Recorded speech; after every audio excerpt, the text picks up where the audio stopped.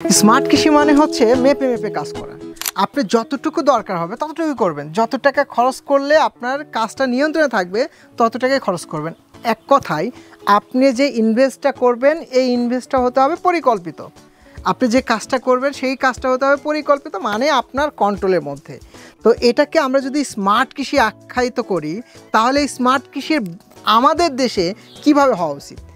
Smart কৃষি, আমরা যারা স্মার্ট কৃষক তাদের প্ল্যানিং থাকতে হবে, তাদের টাকা ইনভেস্ট করার অ্যাবিলিটি থাকতে হবে। একজন যদি বাংলাদেশের উদ্যোক্তা হয়, সে প্রতি মাসে 50 থেকে 1 লাখ টাকা ইনকাম করতে হয়, তাহলে তার প্রজেক্টটা কীভাবে সাজানো উচিত।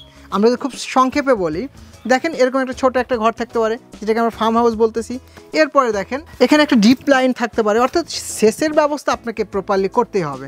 তাহলে এখানে একটা সাবমার্সিবল পাম্প থাকলো, এর সাথে দেখেন একটা ট্যাঙ্কি থাকলো, এবং এই ট্যাঙ্কির সাথে আমরা কি করব, আমাদের ডিপ ইরিগেশন লাইন, অর্থাৎ আমার যতটুকু পানি লাগবে গাছে ততটুকুই দিব। এখানে পানি দেওয়ার জন্য 10 জন লোক নিয়ে আসতে হবে। এই যে লেবার খরচ, পানি যা দরকার তার চেয়ে ওভার দিয়ে দিলাম, গাছে গোড়া পচে যাচ্ছে, এই যে ঝামেলাগুলো, এইটা হচ্ছে স্মার্ট কৃষির মধ্যে থাকে না। মানে হচ্ছে আপনার কাজটা হবে পরিকল্পিত, গাছের কয় লিটার পানি লাগবে সেভাবে হিসাব করবেন, নিউট্রিশন কয় কেজি দিলে আপনার গাছের জন্য পারফেক্ট সেটাই দিবেন। সেটা দিবেন কীভাবে, এই ডিপ ইরিগেশনের মাধ্যমে।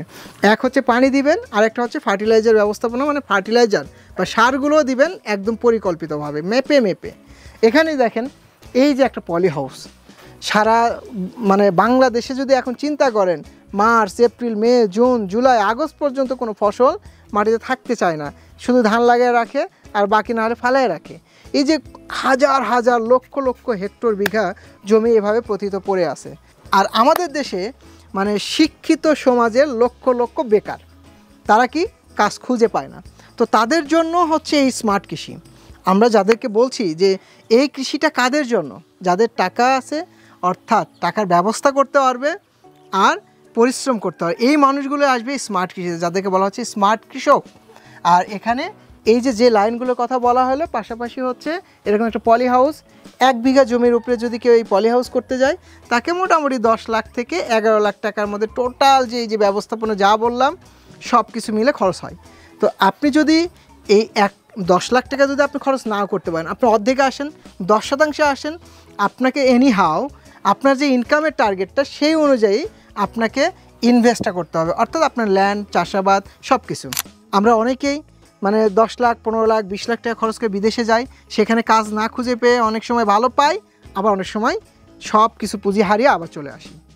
আবার আমরা অনেকেই 20 লাখ টাকা, 30 লাখ টাকা চাকরির জন্য আমরা জমা দিই, সেটা লস করি, টাকা হারা যায়, চাকরিটাও হয় না, যে সোনার হরিণ নামে যে চাকরিটা সেটাও হয় না। সো তাদের জন্য এইটা সুযোগ যে আপনার চাইলেই এখানে ইনভেস্ট